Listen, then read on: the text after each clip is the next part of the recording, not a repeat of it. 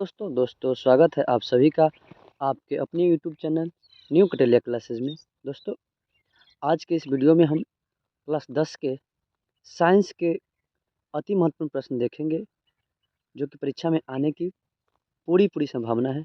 तो दोस्तों इस वीडियो को ध्यान से लास्ट तक देखें और यदि आप चैनल पर नए हों तो चैनल को सब्सक्राइब कर लें ताकि ऐसे ही वीडियो आपको मिलते रहे। तो चलिए वीडियो स्टार्ट करते हैं, जिसमें पहला प्रश्न है, प्रकाश के अपवर्तन के कितने नियम हैं? तो प्रकाश के अपवर्तन के 2 नियम होते हैं। अगला प्रश्न संख्या 2 है, विद्युत धारा का एसआई मात्रक क्या होता है? तो विद्युत धारा का एसआई मात्रक एम्पियर होता है।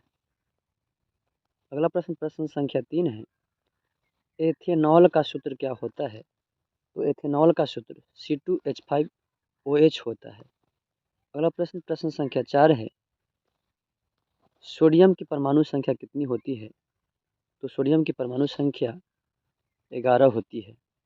अगला प्रश्न संख्या 5 है, लेंस की क्षमता का एसआई मात्रक क्या होता है? तो लेंस की क्षमता का एसआई मात्रक डायोप्टर होता है। अगला प्रश्न संख्या 6 है, बायोगैस का मुख्य घटक क्या है?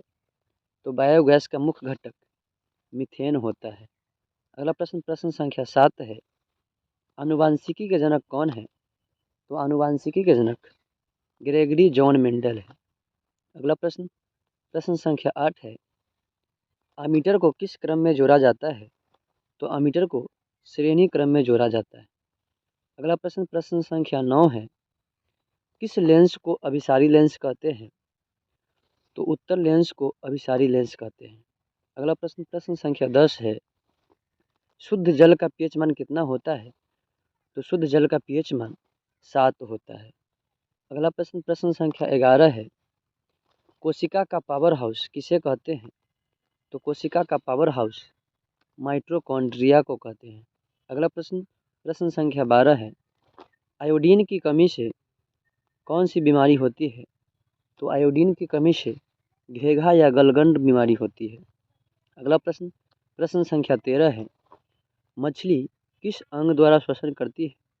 तो मछली गल्फरा यानी गिल्स के द्वारा श्वसन करती है। अगला प्रश्न संख्या 14 है, प्रतिरोध का एसआई मात्रक क्या होता है? तो प्रतिरोध का एसआई मात्रक ओम होता है। अगला प्रश्न संख्या 15 है, एटीपी का पूरा नाम क्या है? तो एटीपी का पूरा नाम एडिनोसाइन ट्राइफॉस्फेट होता है। अगला प्रश्न संख्या 16 है, एड्स का पूरा नाम क्या है? तो एड्स का पूरा नाम एक्वायर्ड एमिनो डिफिशियंसी होता है, डिफिशियंसी सिंड्रोम होता है। अगला प्रश्न संख्या 16 है, एक वयस्क मनुष्य में कितने दांत होते हैं? तो एक वयस्क मनुष्य में 32 दांत होते हैं। अगला प्रश्न संख्या 17 है, हजामत के लिए किस दर्पण का उपयोग करते हैं? तो हजामत के लिए अवतल दर्पण का उपयोग करते हैं। अगला प्रश्न संख्या 18 है, अम्लीय विलयन का पीएच मान कितना होता है? तो अम्लीय विलयन का पीएच मान 7 से कम होता है। अगला प्रश्न संख्या 19 है, शुक्राणु का निर्माण कहाँ होता है? तो शुक्राणु का निर्माण वृषण में होता है। अगला प्रश्न संख्या 20 है, अष्टक सिद्धांत को किसने स्थापित किया था? तो अष्टक सिद्धांत को न्यूलैंड्स ने दिया था। अगला प्रश्न संख्या 21 है, द ओरिजिन ऑफ स्पीसीज नामक पुस्तक के लेखक कौन है? तो द ओरिजिन ऑफ स्पीसीज नामक पुस्तक के लेखक चार्ल्स डार्विन है। अगला प्रश्न संख्या 22 है, विभवांतर का एसआई मात्रक क्या होता है? तो विभवांतर का एसआई मात्रक वोल्ट होता है। अगला प्रश्न संख्या 23 है, ग्लूकोज का रासायनिक सूत्र क्या होता है? तो ग्लूकोज का रासायनिक सूत्र C6H12O6 होता है। अगला प्रश्न संख्या 24 है, स्विच लगाए जाते हैं तो स्विच जो है हमेशा गर्म तार में लगाए जाते हैं। अगला प्रश्न संख्या 25 है, विद्युत का अच्छा चालक है तो विद्युत का सबसे अच्छा चालक चांदी होता है। अगला प्रश्न संख्या 26 है, मानव के हृदय में कितने कोष्ठ होते हैं? तो मानव के हृदय में 4 कोष्ठ होते हैं। अगला प्रश्न संख्या 27 है, मनुष्य के शरीर के सबसे बड़ी ग्रंथि है तो मनुष्य के शरीर के सबसे बड़ी ग्रंथि यकृत होता है। अगला प्रश्न प्रश्न संख्या 28 है। जिन शब्द किसने प्रस्तुत किया? तो जिन शब्द को जोहानसन ने प्रस्तुत किया था। अगला प्रश्न प्रश्न संख्या 29 है। आभूषण बनाने वाला सोना होता है? तो आभूषण बनाने वाला सोना 22 कैरेट का होता है। अगला प्रश्न प्रश्न संख्या 30 है। दांत के सबसे ऊपरी परत है? तो दांत के सबसे ऊपरी परत को एनामिल कहते हैं। अगला प्रश्न प्रश्न संख्या 31 है। आरबीसी का जीवन काल होता है? तो आरबीसी का जीवन काल 120 दिन का होता है। अगला प्रश्न प्रश्न संख्या 32 है। अंडाणु निषेचित होता है? तो अंडाणु जो है फैलोपियन ट्यूब में निषेचित होता है। अगला प्रश्न प्रश्न संख्या 33 है। तालाब का जल कम गहरा दिखाई देने का कारण क्या है? तो तालाब का जल कम गहरा दिखाई देने का कारण प्रकाश का अपवर्तन है। अगला प्रश्न प्रश्न संख्या 34 है। विद्युत बल्ब में कौन सी गैस भरी जाती है? तो विद्युत बल्ब में निष्क्रिय गैस भरी जाती है। अगला प्रश्न प्रश्न संख्या 35 है। लोहा का परमाणु क्रमांक कितनी होती है? तो लोहा का परमाणु क्रमांक 26 होता है। अगला प्रश्न प्रश्न संख्या 36 है। कार्य करने की क्षमता को क्या कहते हैं? तो कार्य करने की क्षमता को ऊर्जा कहते हैं। अगला प्रश्न प्रश्न संख्या 37 है।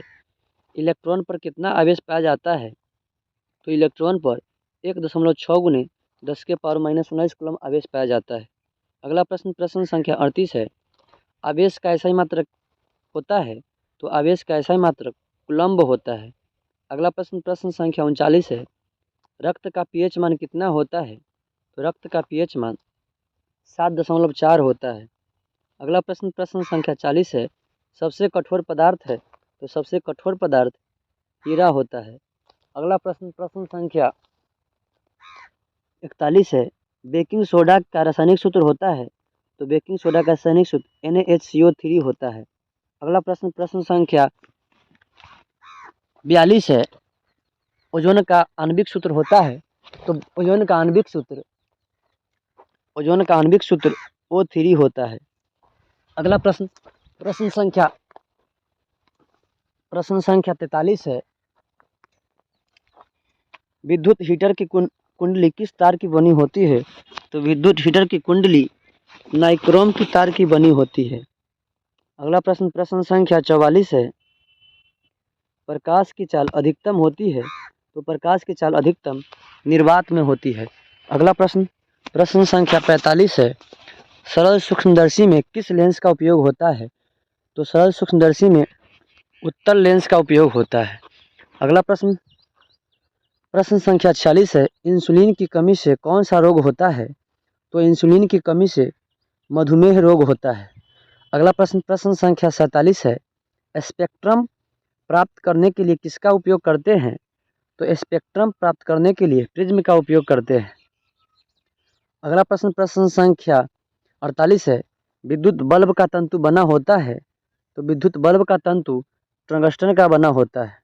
अगला प्रश्न प्रश्न संख्या 49 है। विद्युत शक्ति का ऐसा मात्रक होता है? तो विद्युत शक्ति का ऐसा मात्रक वाट होता है। अगला प्रश्न प्रश्न संख्या 50 है कि आधुनिक आवर्त सारणी में कितने वर्ग है? तो आधुनिक आवर्त सारणी में 18 वर्ग है। दोस्तों कैसा लगा यह वीडियो आप हमें कमेंट्स कर जरूर बताएं। Thanks for watching.